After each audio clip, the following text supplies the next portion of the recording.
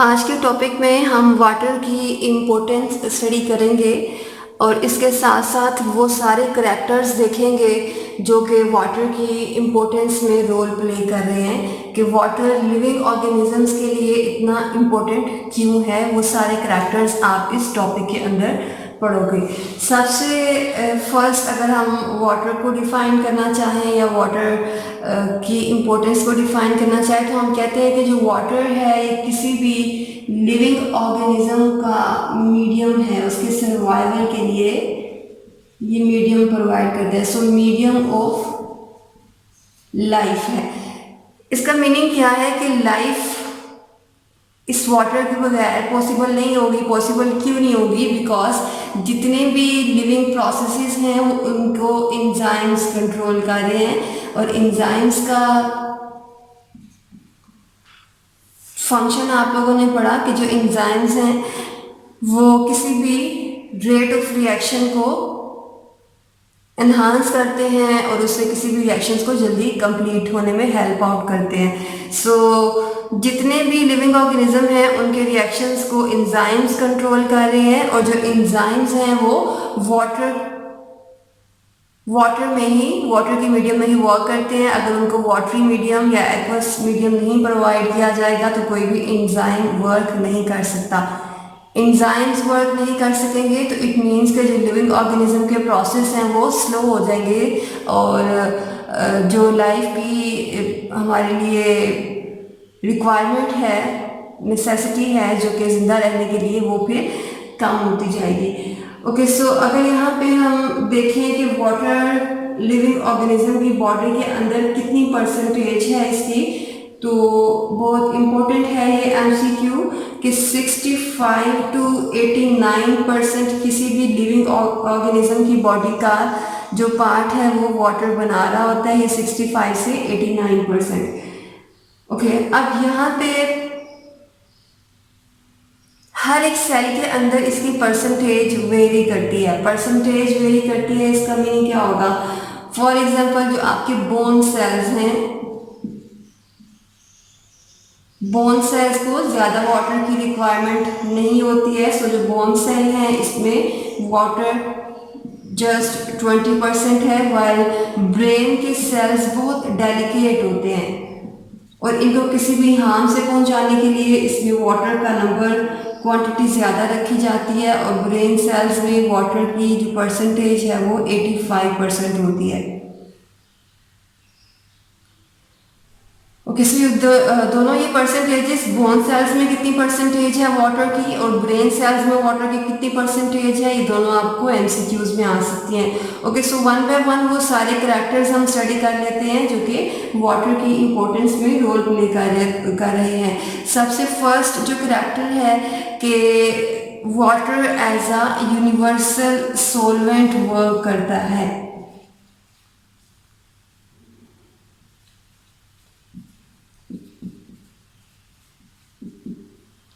Solvent आपका कोई भी ऐसा सॉल्यूशन होता है या लिक्विड होता है जिसमें आप कोई भी सोल्यूट या सॉलिड को डिसॉल्व करवा सकते हैं। यूनिवर्सल सॉल्वेंट मींस कि ये तकरीबन सारे ही जितने भी सॉल्यूट्स हैं उनको अपने अंदर डिसॉल्व करवा लेगा।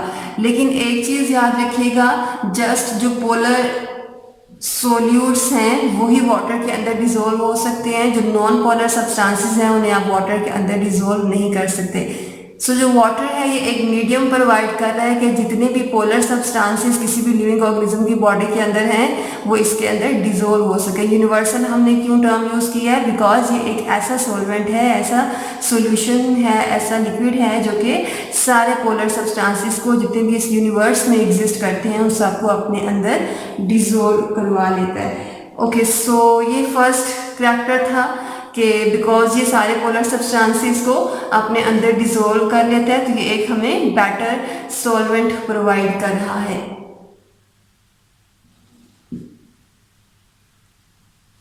सेकेंड कैरेक्टर जो हम वाटर का पढ़ेंगे वो है इसकी heat capacity.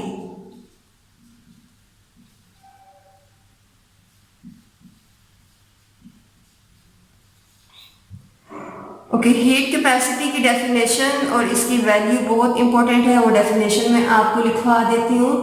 Number of calories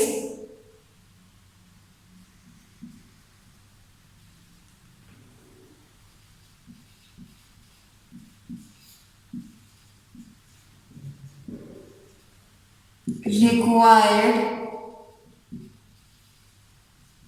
to raise temperature of 1 gram of water by 1 degree centigrade। अब यहाँ पे जो आपने 1 डिग्री सेंटीग्रेड लिखा है ब्रैकेट्स में, आपने लिख देना है from 15 to 16 degree centigrade. Okay, so definition के अंदर कैलोरी यूनिट है किसी भी हीट को मुहैया करने का, तो 1 ग्राम वाटर के टेम्परेचर को रेज करवाना है आपने, और रेज जस्ट 1 डिग्री सेंटीग्रेड से करवाना है। 1 ग्राम वाटर के 1 डिग्री सेंटीग्रेड टेम्परेचर को रेज करवाने के लिए जितनी आपको कैलोरीज रिक्वायर्ड है, जितनी आपको हीट रिक्वायर्ड है, उसे आप कहते हैं ये हीट कैपेसिटी है। यहाँ पे ये मैंने लिखा फ्रॉम 15 to 16 डिग्री सेंटीग्रेड। अब यहाँ पे अगर कैलोरीज वाटर का टेम्परेचर इंक्रीज करवा रही हैं तो हम ये भी लिख सकते थे कि 1 डिग्री सेंटीग्रेड से 2 डिग्री सेंटीग्रेड। ये टर्म हमने क्यों नहीं यूज़ की? बिकॉज 1 से 2 डिग्री सेंटीग्रेड पे जो वाटर है ये सॉलिड फॉर्म में होता है, आइस की फॉर्म में होता है, वो लिक्विड फॉर्म में नहीं होता। 15 to 16 बेस्ट टेम्परेचर है जिसमें आप वाटर को लिक्विड फॉर्म में स्टडी कर सकते हैं, वाइल 1 to 2 हमने क्यों नहीं किया? बिकॉज वो उस टेम्परेचर पे सॉलिड फॉर्म में होगा। और ये हीट कैपेसिटी की डेफिनेशन आपको शॉर्ट क्वेश्चन में पेपर में आ सकती है। ओके, वाटर की हीट कैपेसिटी भी आपने याद रखनी है, और वाटर की हीट कैपेसिटी 1 है। ठीक है, ये वाटर की हीट कैपेसिटी लिखती है, ये एमसीक्यूज में आपको आ सकता है। ओके, सो हीट कैपेसिटी की डेफिनेशन, वाटर की हीट कैपेसिटी, ये दोनों काम करने के बाद आपने क्या करना है? आपने बताना है कि अगर वाटर की हीट कैपेसिटी ज़्यादा है तो आप इसको डेली लाइफ में आपको किस तरह से ये वाटर हेल्प आउट कर रहा है, आप इसे किस तरह से यूज़ कर सकते हैं। इसकी जो हीट कैपेसिटी ज़्यादा है, हीट कैपेसिटी ज़्यादा होने की वजह से बिकॉज ये बहुत ज़्यादा कैलोरीज एब्जॉर्ब करने के बाद अपना जस्ट 1 डिग्री सेंटीग्रेड तक टेम्परेचर रेज करवाता है, तो आप कह सकते हो कि जो हीट कैपेसिटी ज़्यादा होने की वजह से वाटर एज अ टेम्परेचर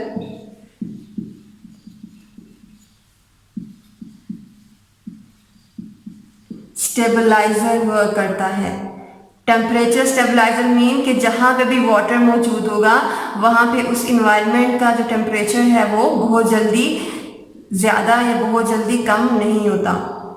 ठीक है, फ्लक्चुएशन उस बॉडी के अंदर या उस एरिया के अंदर वाटर की जो फ्लक्चुएशन है बहुत डिले होती हैं, बिकॉज जो भी वाटर वहाँ पे मौजूद होगा वहाँ पे इंक्रीज़ होने वाली कैलोरीज़ को या इंक्रीज़ होने वाले टेम्परेचर को, वो हीट को अपने अंदर एब्जॉर्ब कर लेगा और उस इन्वायरमेंट के अंदर ज़्यादा टेम्परेचर नहीं होने देगा। So water as a temperature stabilizer work कर रहा है, तो हमें लिविंग ऑर्गेनिज्म को प्रोटेक्ट कर रहा है। प्रोटेक्ट किससे?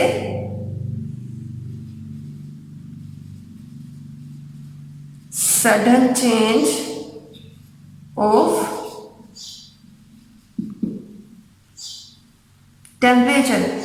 सडन चेंज कोई इन्वायरमेंट के अंदर हो गया है, फॉर एग्जांपल बहुत ज़्यादा अगर बाहर टेम्परेचर ज़्यादा है समर में, तो जो वाटर है ये हमारी बॉडी का टेम्परेचर ज़्यादा नहीं होने देगा और हमारी बॉडी के टेम्परेचर को नॉर्मल रखेगा। ठीक है, सो ये हमें जो as a temperature stabilizer work कर रहा है, ये हीट कैपेसिटी ज़्यादा होने की वजह से वाटर का रोल है, और ये हमें बेनिफिट क्या हो रहा है इसकी टेम्परेचर स्टेबलाइजर के तौर पे वर्क करने की वजह से। ओके, ये दो इंपॉर्टेंस अभी आपने देखी। थर्ड हम देख लेते हैं। Third is heat of vaporisation. Heat of vaporisation की अगर हम पहले डेफिनेशन देख लेते हैं, और डेफिनेशन में जिस तरह से आप लोगों ने 1 ग्राम पहले हीट कैपेसिटी का पढ़ा था, सेम उसी तरह से आपने हीट ऑफ वेपोराइजेशन भी 1 ग्राम के अकॉर्डिंग ही बताना है। तो कैसे लिखोगे आप? Number of calories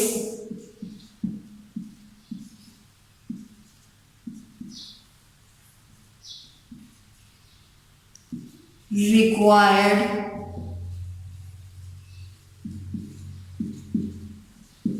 to vaporize 1 gram of water. Vaporization means कि आपने वेपर्स में कन्वर्ट करवाना है वाटर को। वेपर्स में मीन्स कि आपने लिक्विड फॉर्म से इसे गैस फॉर्म में या वेपर्स की फॉर्म में कन्वर्ट करवाना है। तो जितनी कैलोरीज आपको 1 ग्राम वाटर को वेपराइज में, वेपर्स में या फिर लिक्विड से गैस फॉर्म में कन्वर्ट करने के लिए चाहिए होती हैं, उस कैलोरीज को, नंबर ऑफ कैलोरीज को आप कहते हैं, ये हीट ऑफ वेपराइजेशन है। सिमिलरली जिस तरह से आपने हीट कैपेसिटी में पढ़ा, हीट कैपेसिटी में पहले आपने डेफिनेशन लिखी, फिर आपने वाटर की हीट कैपेसिटी बताई थी। अब आप यहाँ पे भी वाटर की हीट ऑफ वेपराइजेशन बताएंगे और वाटर की heat of vaporization 574 kilo calories per kilogram.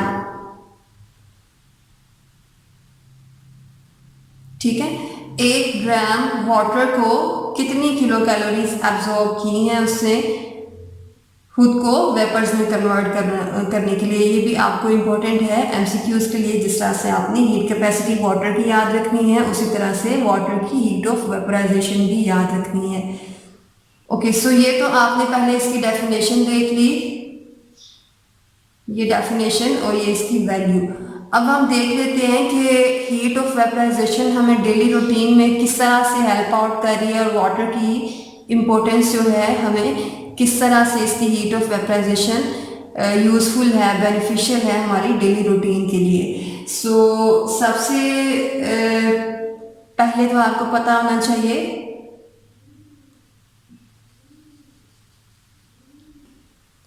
कि जब भी वेपराइजेशन होती है, तो वेपराइजेशन हम अगर प्लांट्स के अंदर टर्म यूज़ कर रहे हैं तो इट मीन्स कि हम ट्रांसपायरेशन के बारे में बात कर रहे हैं।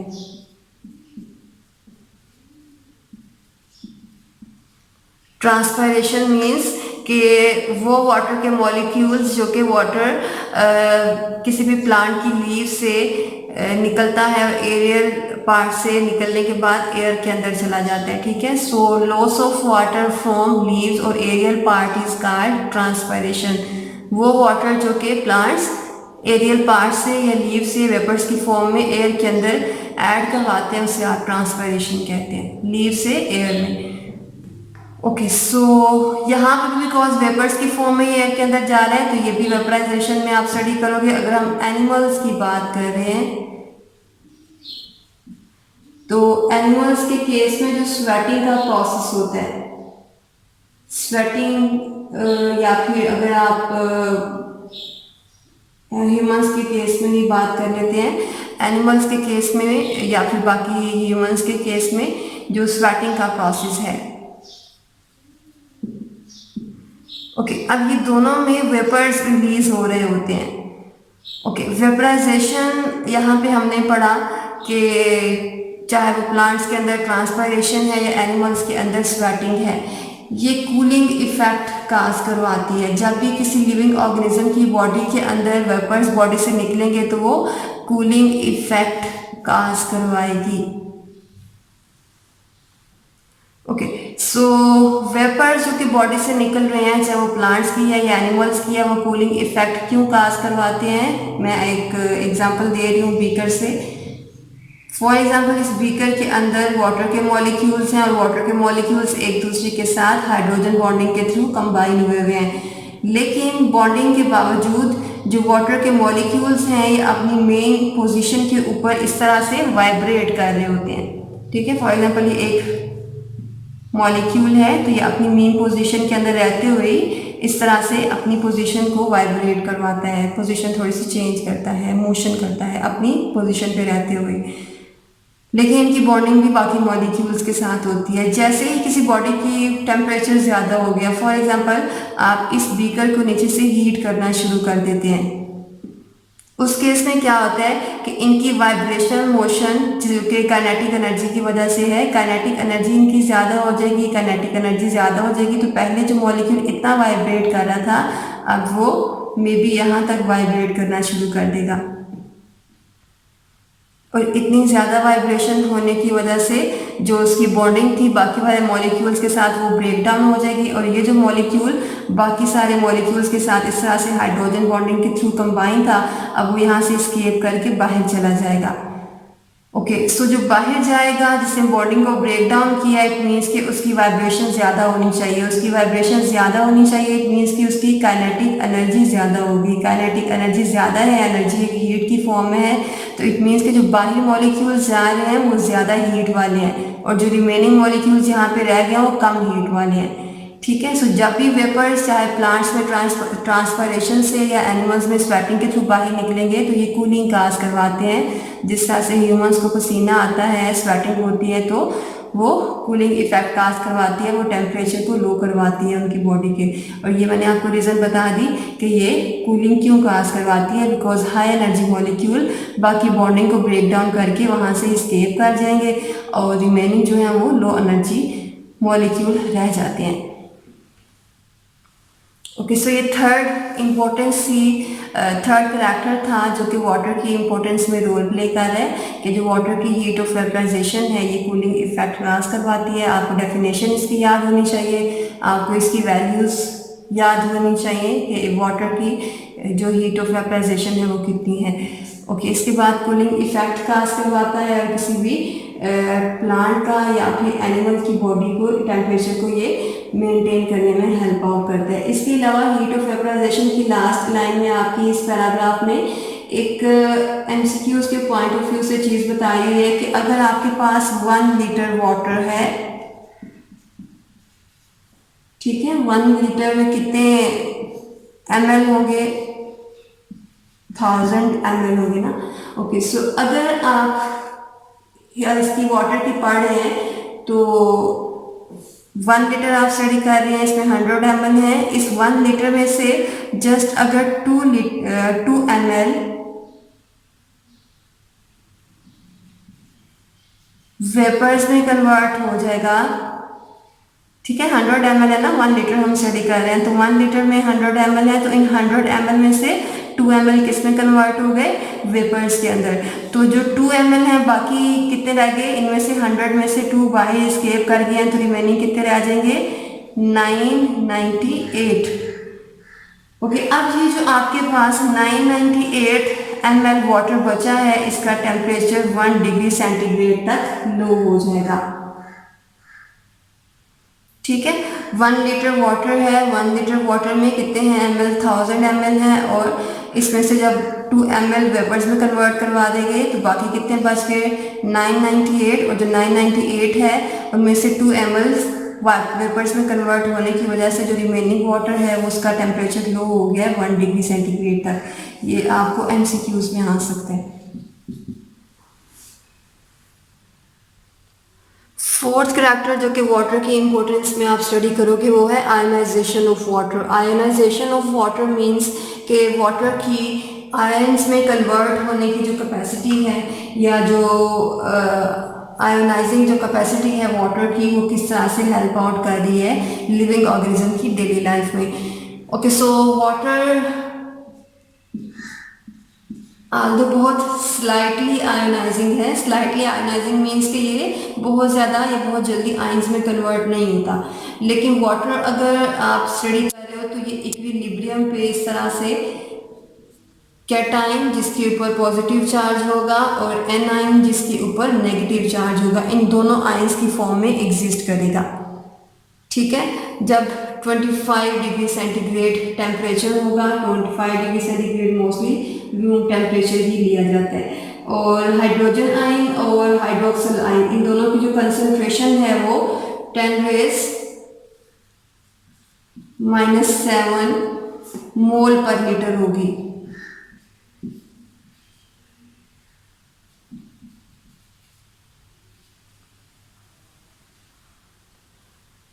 ओके, सो वाटर मैंने पहले बताया कि स्लाइटली आयोनाइजिंग है। स्लाइटली मीन्स कि ये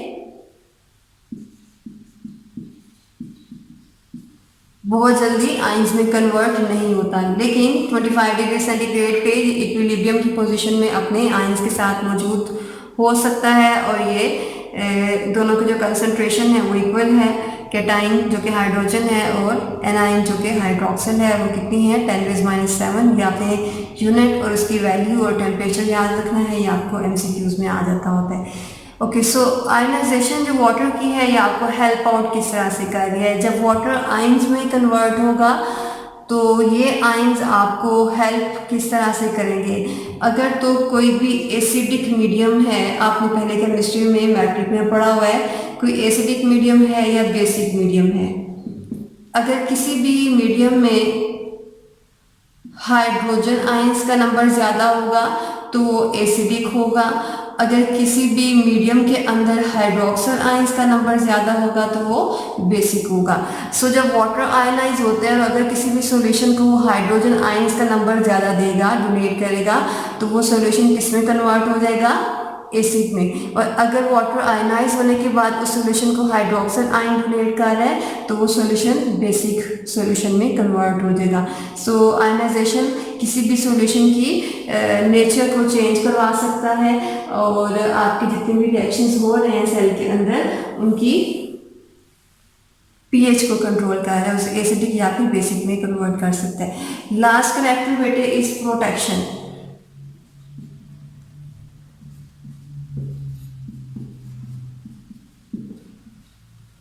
ओके, वाटर जहाँ पे भी मौजूद होगा वहाँ पे ये फ्रिक्शन के जो लॉसेस हैं उसको कम करवा देगा। और फ्रिक्शन क्या है, जब भी दो डिफरेंट ऑब्जेक्ट्स जो हैं, दो डिफरेंट चीज़ें एक दूसरे की सरफेस के ऊपर मूव करती हैं तो जो अपोजिंग फोर्स उनको मूव करने से रोकती है। फॉर एग्जांपल ये डस्टर मैं यहाँ पे मूव कर रही हूँ तो वो फोर्स जो कि इस डस्टर को मूव होने से रोक रही है उसे आप कहते हो कि ये फ्रिक्शन है। तो जो भी वाटर जहाँ पे भी मौजूद होगा वो फ्रिक्शन के लॉसेस को कम करवाता है। इसकी बेस्ट एग्जाम्पल अगर आप लें तो ह्यूमन आई। ओके, ये जो हमारे आईलिड्स हैं, ये आईलिड्स अगर यहाँ पे वाटर का क्वांटिटी कम होगी तो वाटर की क्वांटिटी कम होने की वजह से ये जो आईलिड्स हैं जब हम ओपन या क्लोज करेंगे तो हमारी आईज को इंजरी करवा सकते हैं, उसे डैमेज करवा सकते हैं, हमारी विजन पावर को कम कर सकते हैं। सो जो आईलिड्स हमारे इजीली हम आई से ऊपर नीचे मूव कर सकते हैं, ओपन और क्लोज करवा सकते हैं, तो ये फ्रिक्शनलेस क्यों है, बिकॉज वहाँ पे आइस के अंदर वाटर की क्वांटिटी ज़्यादा है। ना सिर्फ वाटर की बल्कि इसके साथ म्यूकस भी होती है जो कि फ्रिक्शन के लॉसेस को कम करवा रही होती है। सो जहाँ पे भी वाटर है वो हमें प्रोटेक्शन प्रोवाइड कर रहा है, किसी भी फ्रिक्शन के लॉस को कम करवा रहा है, और सेकेंडली कोई भी ऐसा डैमेज जो कि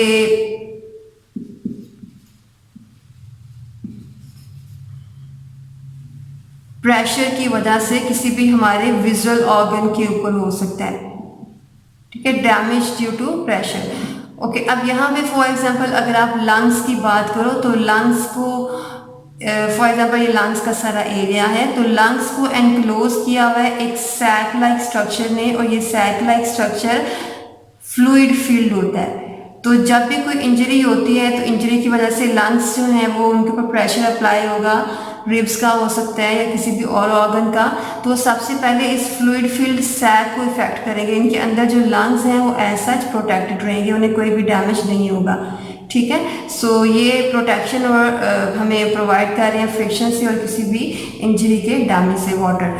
सो ये 5 प्रॉपर्टीज़ आप लोगों ने वाटर की इंपॉर्टेंस में पढ़ी कि कौन कौन से ऐसे करैक्टर्स हैं जो कि लिविंग ऑर्गेनिज्म की लाइफ में वाटर को इतनी ज़्यादा इंपॉर्टेंस दी जाती है, और ये लॉन्ग क्वेश्चन में इम्पोर्टेंट है।